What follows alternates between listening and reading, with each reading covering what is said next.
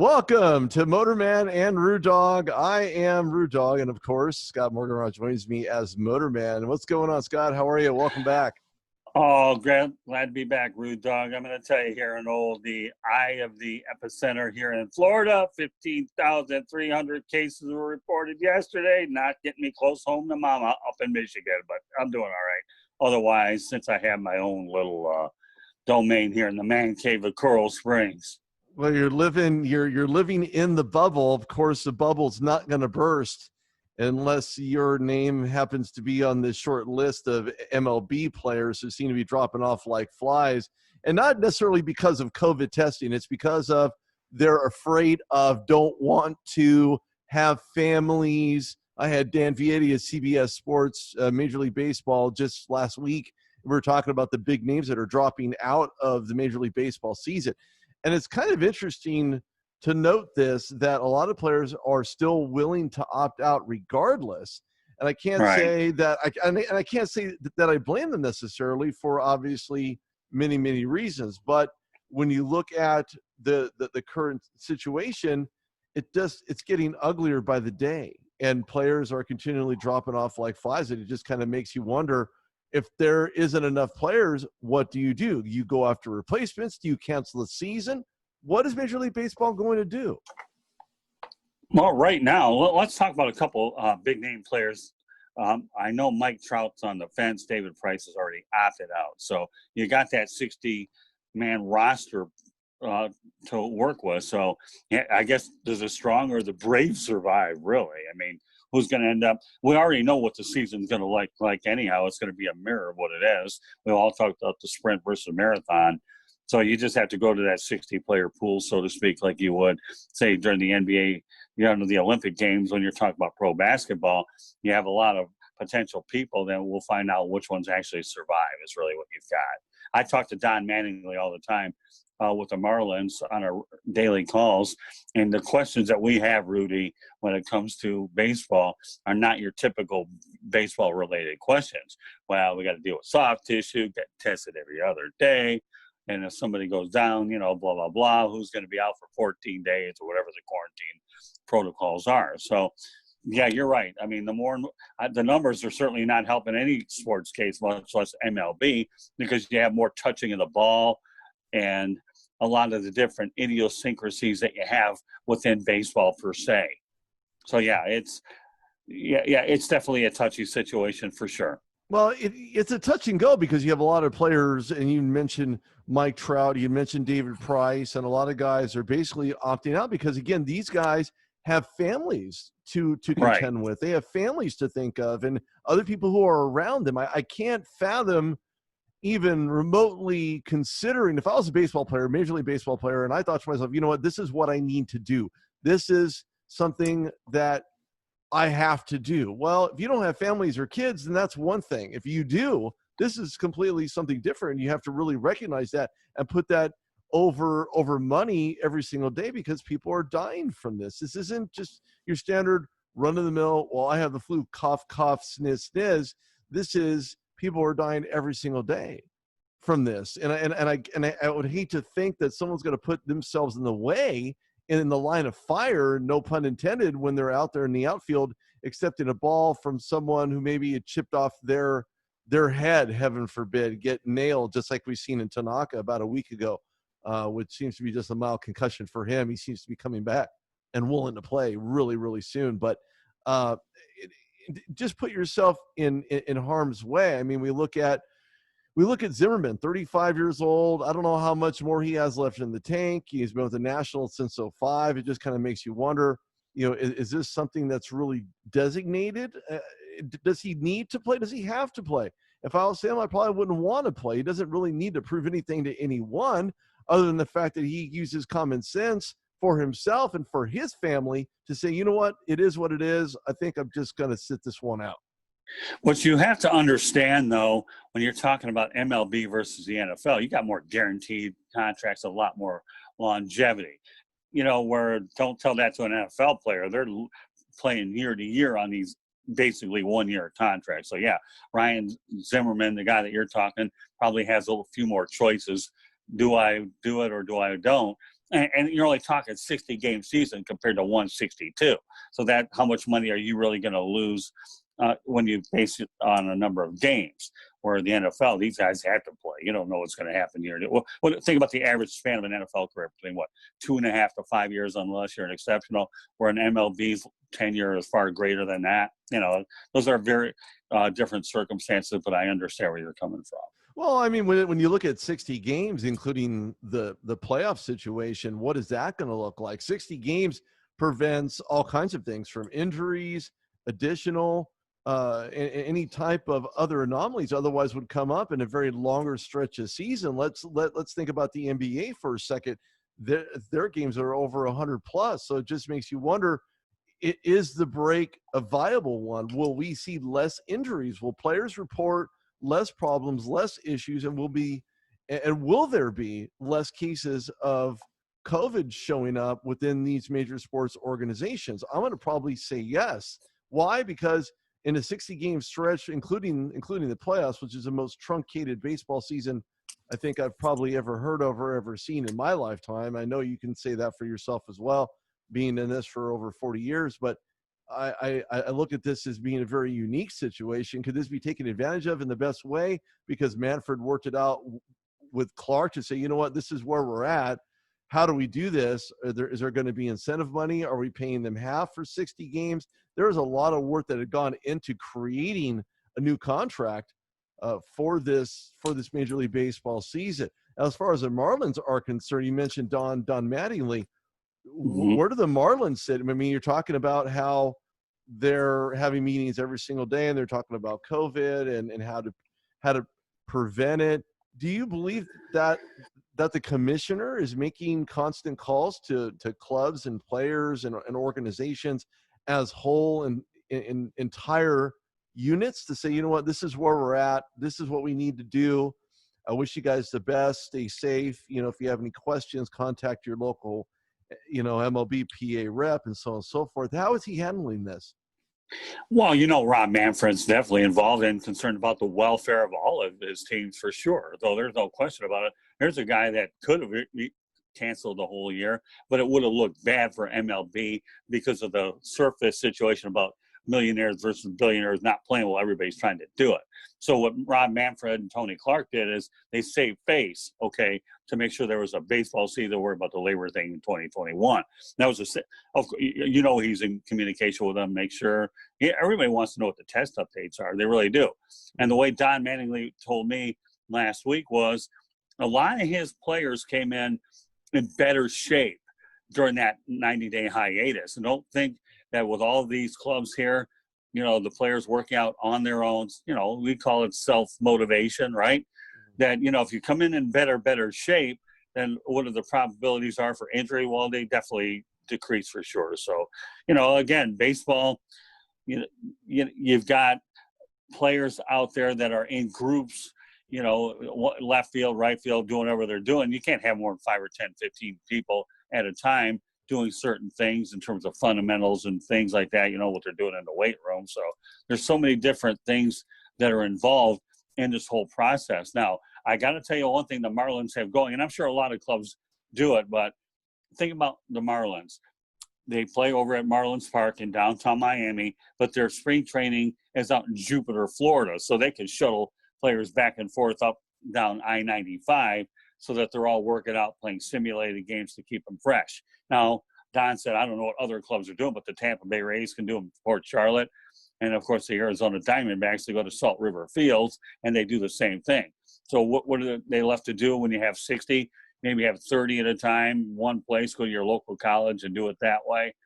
So it depends on the different things that you have in terms of how you group these people up, and it comes going back into shape. Oh, yeah, MLB's proactive on that.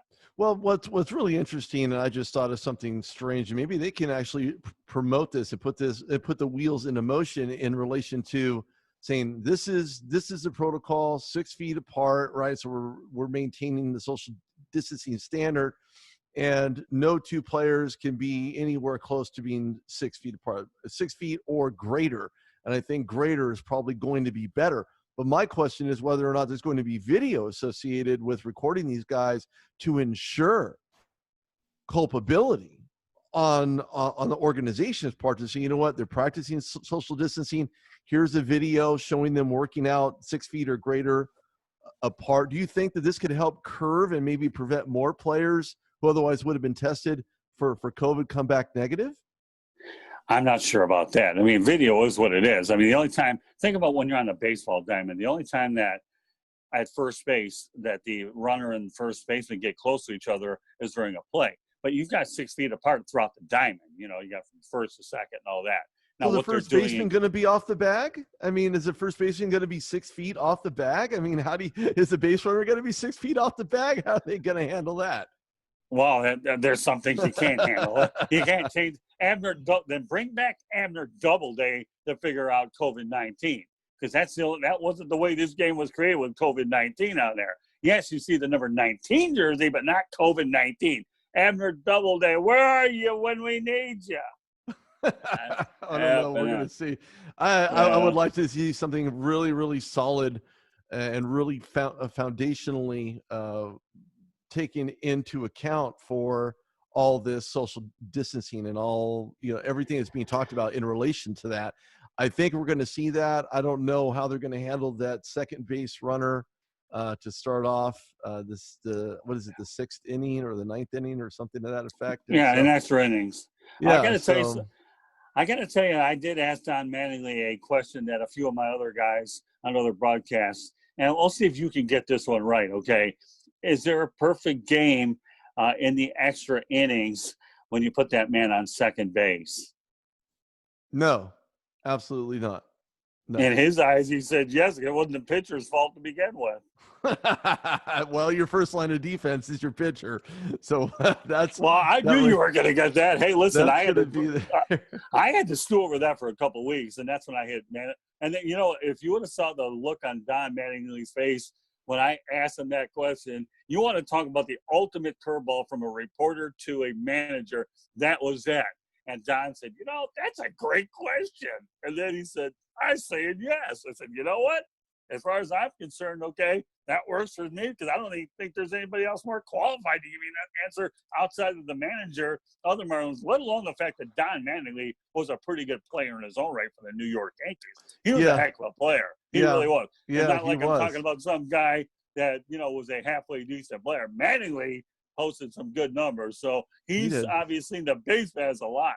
He does, but that really needs to pay off when you're talking about a shortened season for the Miami Marlins, who have failed to get into any postseason contention in, it seems like, forever. I mean, they have won one, but it's been they've actually won 2, Rudy. Like you think about the incredible history of this organization, okay, and all the losing years. How many teams can say that they've won 2 World Series and that existence, let alone over a period of time? Yeah, okay, the Miami Marlins are accustomed to fire sales, a la Wayne Huizenga, Jeffrey Luria. Get that, okay. But let's not kid ourselves, all right, for a moment, that the Marlins have 2 world championships. Laugh at them otherwise, but they still have it. But when I threw that at Manning, I guarantee after this broadcast, you're going to think about this, go to your Baseball Insider. Is it a perfect game intact with a man on second? Because I had to deal with this with Stuart Hack, David Levin, and then I nailed the skip with this one. There's really absolutely no way. This is a very educational season and very truncated when you have 60+ games, including the playoffs. I don't know. I don't know how it's going to look. I don't know what it's going to look like, but baseball's back, and I think everybody's really happy about that. Speaking of baseball being back, educational is a mildly understating the obvious. Just thought I'd get that in there. Go ahead. Yeah, you could throw that in there. Everybody needs to follow us at Take No Punches. This is Rudy Reyes, joined by Scott Morganroth at Take No Punches. Like it, love it, share it, never leave it, and never put it underneath the cooler side of the pillow. Speaking of pillows, speaking of shortening things, the NFL's talking about shortening preseason by 2 games. To be quite honest with you, the way that I see it is you cancel preseason altogether. You're canceling the Hall of Fame game in Canton. You're canceling the ability to induct players into the Pro Football Hall of Fame. I think that when you look at the shortened season and having only 2 games in association with preseason, if you're going to cut off 2 games, you may just cut off 3 games and All maybe right. even 4 games and just call it a day. What do you think about the shortening by 2 games basically Did for you? preseason? Well, let me tell you, growing up as a kid, this is where the age thing comes in over you, pal. Okay. As they used to have 6 preseason games and 14 games. Can you imagine this, Rudy? 6 preseason games? I think in this case, you do under the COVID-19, you have to just get rid of them all. You don't have any choice. That's inevitable. What are you going to do? We may not have a season. I'm wondering how the media credentials are going to work out for me with the Dolphins and the Jacksonville Jaguars. I haven't thought that far, but I still have to think about it because undoubtedly that's one of my biggest things I got to deal with going into the fall, if there is one. Yeah, no preseason games. Yeah, In I 2020. would say 0 preseason games. Make sure that everybody is on the same page. Start off with game 1 of your regular season. But again, making this really interesting is that you're going to have a lot of virtual workouts. No one's working together right now. You have so much separation. You have 2 degrees of separation between, players who have been there, done that, or who have been in the system. As I stated earlier, I had Veron Haynes, former running back for the Steelers. He was on my show yesterday on the RudeDogShow.com. You guys can listen to that, over an hour's worth of conversation with him. But more importantly, it was about just if your player, you get drafted, what happens? Well, you go into conversational modes. You do virtual workouts. What is this going to look like? What is it supposed to look like? We don't even know. Right now, there are guys that are working out on 2-a-days who are not veterans. Veterans probably will be, who have been in this game for 5 years or more, will have the ability to maybe not have as much workout routines as you would maybe expect them to see in a regular training camp situation, a regular environment inside of, Right. and in this case, the UPMC workout area that was just built last year for the Steelers, and now no one's going to be in it. So I'd like to see how that's going to work out. Will they maintain social distancing within that center? Will they be using that center? That remains to be seen. Because what's interesting is that I've heard of more players for Major League Baseball dropping out and opting out than I have for football players. And you would probably, when you look at the numbers monetarily, these Major League Baseball players, as we heard from Patrick Mahomes, who received a record deal, a baseball kind of deal. I think it was a baseball kind of deal, even though he was prone to play in the major leagues along with his as his dad had done back in the heyday of baseball, and he was a pretty good player for all intents and purposes. But if Patrick Mahomes is able to play under these kind of numbers, maybe players who are opting out of Major League Baseball only receiving a certain portion, whereas NFL players are only wishing they received Major League Baseball contracts.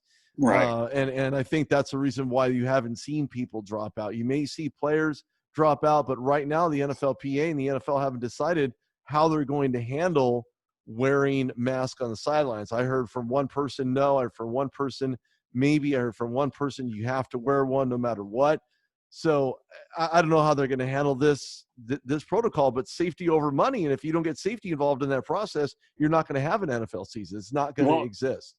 They don't know how. I mean, right now, as we're getting down to crunch time, what are we looking at? July 13th, right? So they don't know. They're looking at the numbers right now. Every league is looking at the numbers. What about college football? You saw a trend last week that took place where now Big Ten, Pac-12 are eliminating non-conference games, and that may be the first domino to drop. And Ivy League was the one that started it, and all of a sudden, bingo, you got a few more dominoes in the process dropping. They don't know if they're going to wear masks. How do you go ahead and wear a mask underneath a helmet when it's hard to breathe out there, when you're talking about men that are between 250 to 350 pounds out there? You talk about breathing, respiratory problems, things like that. So again, they'll figure it out. And you know what, Rudy? They don't have a lot of time to figure it out. Even if you get rid of preseason games, all right, you still have 6 weeks before the opening of the regular season? That's not a lot of time. But you're all not they going to got, have you're going to have almost no time at all, and that's where these players need to be ready and commit to their regimen. Look, the bottom line is this: if I was a professional athlete, and I'm not, and I don't even get paid as a professional athlete by any stretch of the imagination, but if I right. was one, I would be sure to incorporate all these workout routines. I had Mike Daniels on, free agent, defensive tackle. He's played a little bit of the interior as far as an inside linebacker position. But he's been working out. He's been maintaining himself physically, cardiovascularly. He's been doing everything humanly possible in order to remain ready. So when he gets that call from an NFL team who could use that depth, who could use that experience, I mean, he was an absolute beast playing for the Packers. He played one season, not even a full season, for the Detroit Lions after he ended Right. up on IR. Of course, that's your neck of the woods. But Right. these guys have to remain ready, have to retain a level of readiness. Do you think Major League Baseball guys are ready to go? I mean, a little warm up here, a little warm up there. Do you think they're ready to start this 60-game season and maybe even not see as many injuries as you would because of the truncated season versus a full-blown season? As a matter of fact, I do. And the more I sit in on these calls every single day, the more I'm convinced that the managers are policing this thing. They're getting good information from every aspect of their organization, what to do. Nobody's going to sit here and say that when you're looking at these protocols, you're studying for an exam at college. They've got to know everything. They're testing it every other day, so you know who's got it and who doesn't. And you know full well, anytime you're dealing with sports leagues, you're going to have advanced testing and advanced numbers and technology to get you the information. It's not like the average individual out here. We got to wait a week to find out if we've been diagnosed with it or not. No, not when you're talking about organizations that are worth billions of dollars, making sure their biggest assets, so to speak, are protected. Yeah, they're ready. They'll be ready. And I think that as time goes on, again, that's why you have these expanded rosters. Again, you're talking a pool of 60 players that you can shuttle back and forth, move. You know, I was asking Don Mattingly another question yesterday, that if he thought that relief pitchers could go about 2 or 3 innings versus a normal put one in, one for an inning and an inning and an inning. He said, oh, yeah, especially with the universal designated hitter. The thing you have to understand, Rudy, is when you look at all the different rule changes that are being implemented for 2020, the universal designated hitter, sure, if you got a relief pitcher that can go 2 or 3 innings, he's on a roll, you may be looking at maybe 2 pitchers a game, 3 pitchers a game instead of going through 5 or 6. So if you understand what I'm talking about in terms of all the rules and the strategy, you won't see many double switches anymore because everybody's playing under these same rules. Many years ago, you used to have American League umpires, National League umpires. Let's put them up under one roof. Well, that's what we're doing with the rules. So, you know, there's just a lot of different things. But, I think MLB is definitely ready. The question is if these numbers continue to spike. Here's another little sidebar here. What about the Toronto Blue Jays? They're actually approaching their AAA affiliate in Buffalo, the Buffalo Bisons, about playing over in Buffalo, which is about 45 minutes to an hour away from Toronto, because of international travel. And I had been predicting this the last few weeks. I thought the Buffalo Bisons could end up hosting the Toronto Blue Jays. So there's so many different variables, Rudy, there really is, about how this thing is. But to answer your initial question, yeah, they'll be ready. Now, the only thing that could stop it is if the cases within MLB get out of control, then the season gets halted, and then you don't have any choice. And that's not anybody's fault, MLB or the players. It's just circumstances being what they are. It's not a public relations gaffe at that point. Sure, right, and it's not going to be it should not be considered a public relation nightmare for any Major League Baseball team. It's not even one for the organization. Why? Because they had made the determination that there are safety protocols in place, and unless they follow them, then they're going to find themselves on that short list. And the short list is, it's not 1, 2, 3 strikes you're out. You're just out autonomously. There's no if, ands, or buts about it by any means whatsoever. So we're going to see what happens there. Speaking of name calling, hopefully it doesn't happen if this baseball season decides to get canceled altogether due to spikes, and hopefully that doesn't happen. Is this Washington Redskins situation It's kind of out of control right now.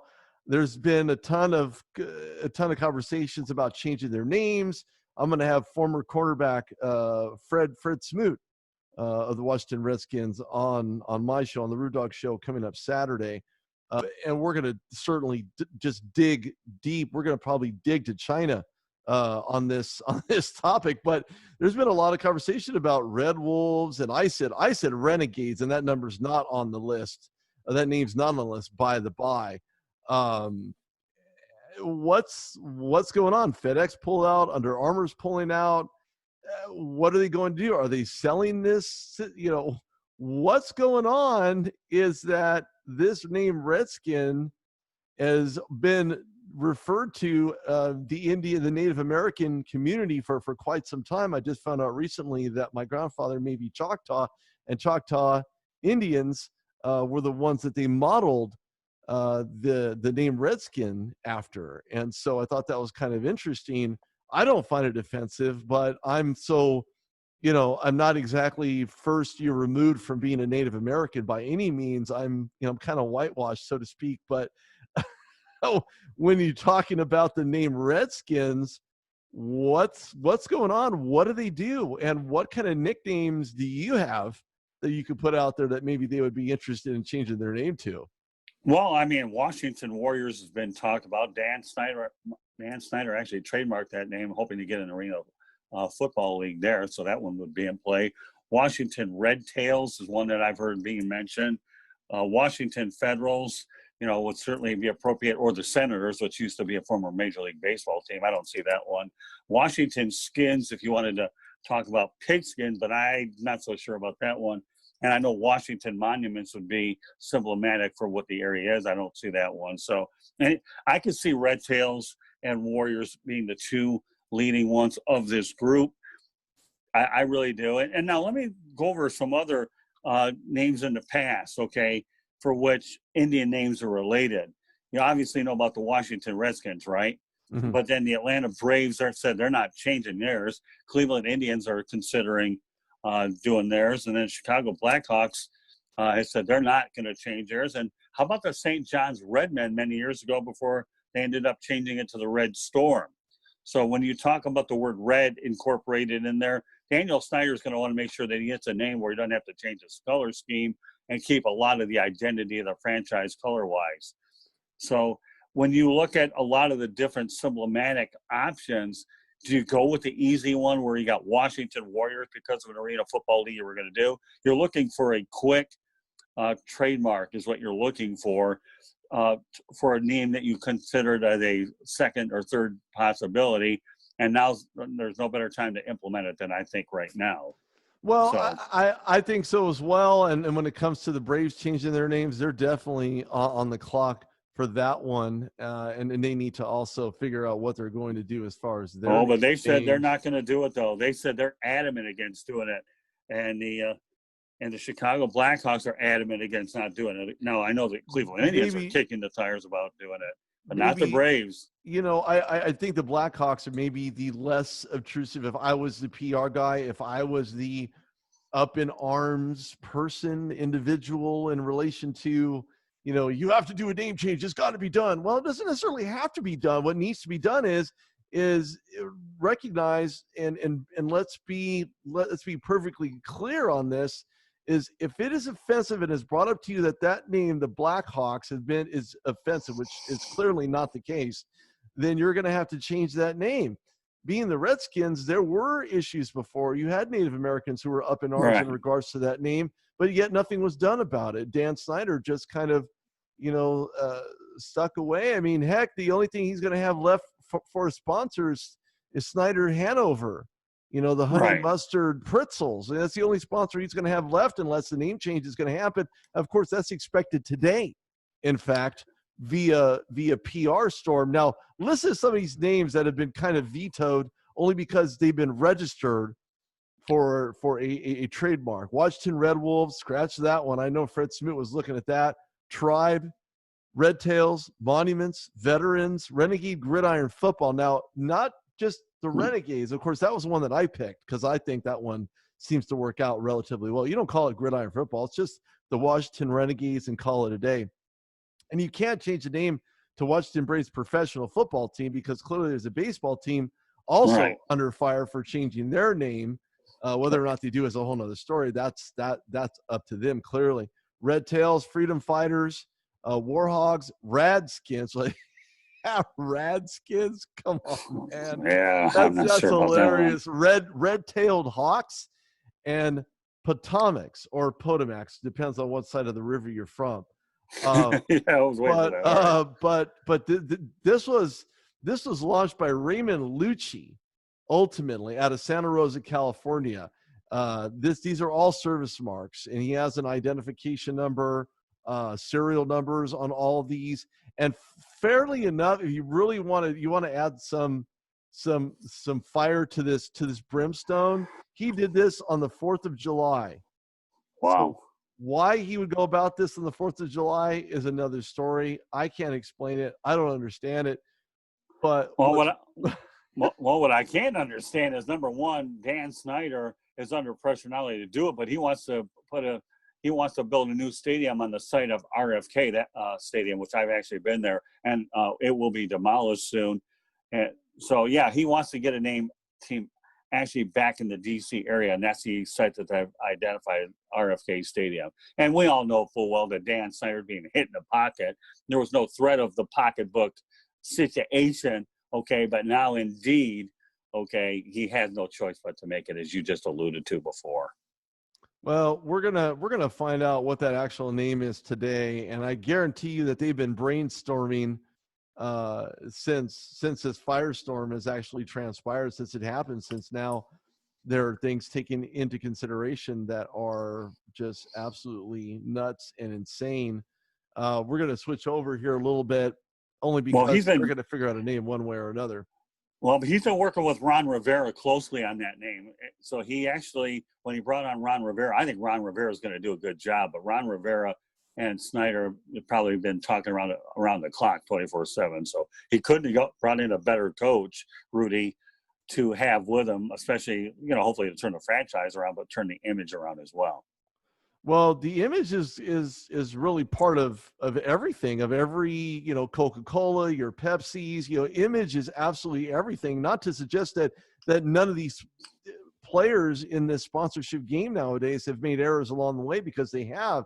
And it wouldn't be a fair assessment to say that none of them have ever came up with a formula that didn't quite work out very well. Coca-Cola did it with the little new Coke ad, which didn't seem to quite work out. The taste wasn't the same, and they decided, why mess with something that's been working for well over 100 years? And at that point, they said, well, we're going to abolish the whole thing. That was a PR nightmare. The Redskins could be finding themselves in that situation unless they change their name and find something relative that fans could really get a hold of. And they're talking about a nickname. So in other words, a nickname is not a replacement for an actual name. A nickname is just like RudeDog or MotorMan. That's not our real names. It's just a nickname. So a nickname, what's a nickname? A nickname should be utilized for, it's almost like a pet name. And the football team doesn't deserve a pet name. They deserve a real name change. Well, I do have a question I want to ask you, and this has come up a lot of times. I realize that ever since the Black Lives Matter has hit us a few weeks ago, I know there's been so many things about changing the history. Do you think that there's still a lot of overreaction to maybe certain name changes and taking monuments over? I mean, I think that I understand the Black Lives Matter thing is very important. Don't get me wrong. But when you're talking about changing everything on the planet after so many years, why did it take us that long to wake up and not do these things ahead of time until you have crisis management setting in with the most recent events and over the last several weeks? Because I think Charles Barkley has gone on record saying this whole thing is calling it a circus now. And to some extent, I really do agree with Charles Barkley that there is a degree of a circus involved in terms of the reaction that we've had to deal with universally. Well, there's really a lot of changes, and a lot of those social changes have kind of volcanoed onto Pompeii, and we happen to be Pompeii, and those changes within our landscape are really up to us to discern as to whether or not they truly, unequivocally are insultative, that they are rude, they're suggestive, or anything else disseminating any type of any type of class. And when you're talking about changing the Aunt Jemima's image off of a bottle, I think that's a little much. I just don't believe that. And I understand the whole Black Lives Movement. I get it. I completely understand it. Like I said, I'm a color, so I get the whole movement thing. But if you stay away from the Hispanic culture, let's just say that, let's look at labeling for Mexican Americans, right? So you have the Tapatía guy, right? So you have him wearing a sombrero. What are you going to do? Change that and put some type of Chihuahua on it? I mean, it just, some of this makes perfect sense and other parts of it makes no sense. And when you start talking about destroying monuments, Abraham Lincoln's monument being painted on and being mishandled and being vandalized, he's the one that tried to help abolish slavery. And why would you even think about doing anything? It doesn't make any sense to me. So hopefully that answers your question. Yeah, it does. I mean, yeah, I'm with you all the way. Why would you to me, history is what it is. You can't change history. You also say that if July 4th, 1776 is when we declared our independence, well, let's just change the date. It don't make any difference, even though, and I'm just using that as a way to describe what I'm saying. History is what it is. Are you going to try to do what you can to revise history and try to make it a little bit different based on but no, you did answer my question. You can't change everything on the planet based on this. It's your goal to improve it. Okay, because the events, the timelines are what they are. There's no but you have to learn from history. You have to understand history. You have to recognize that a lot of African American people were put on their knees and waterboarded because they wanted to make a stand. They wanted to make a statement. They didn't do what police officers wanted them to do. You had Rosa Parks, Martin Luther King, all of these individuals, great minds, really stood for something, and they made it a point to make sure that regardless of whatever humiliation that they were facing in their lifetime, ultimately was for something and not for nothing. And by not changing something means they fought for nothing, which is not the case. So speaking of nothing, I'm going to switch over here. Major League Baseball, we're going to go back to MLB for a second, only because they're canceling the All-Star game, which I think is probably the right move, to be quite honest with you.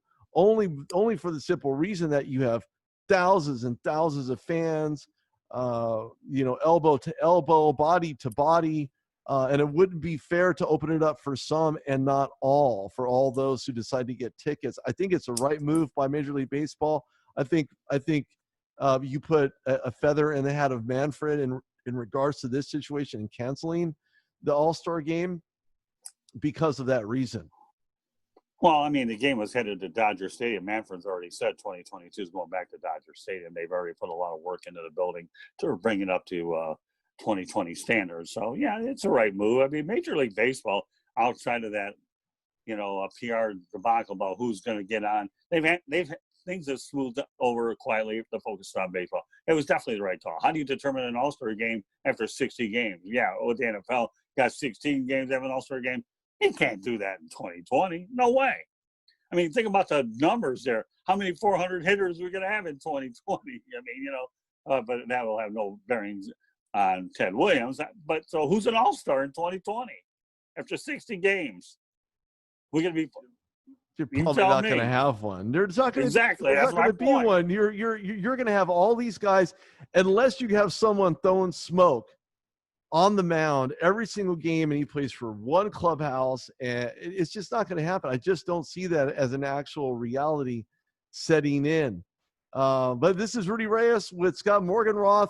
Scott, thanks, man. A pleasure having you on. Make sure everybody gives us a follow. I Take No Punches. That's a pretty good insight and some significant likes on YouTube as well. And also please follow me on Twitter at Tribune South. Rudy, always great to be back on with you, and always enjoy doing this every opportunity we get, hopefully every week, so we can continue to build a following. We do everything our power to make sure that you have the energy and the information, which we call our strong, prolific 1-2 punch. So looking forward to the next opportunity to MotorMan and RudeDog. Sounds good. Thanks, Scott. Take care. Thank you, everybody, for tuning in, and we will definitely be up next week with another fantastic episode of MotorMan and RudeDog at Take No Punches. Like it, love it, share it, never leave it. Never leave home without it either while you're at it. Or wherever home is, unless you're limited to 2 or 3 places. But it is what it is. Unless you live in a bubble. That's it. Or a man cave. Sounds good to me there too. Thank you for tuning in. We'll talk soon. Take care, guys.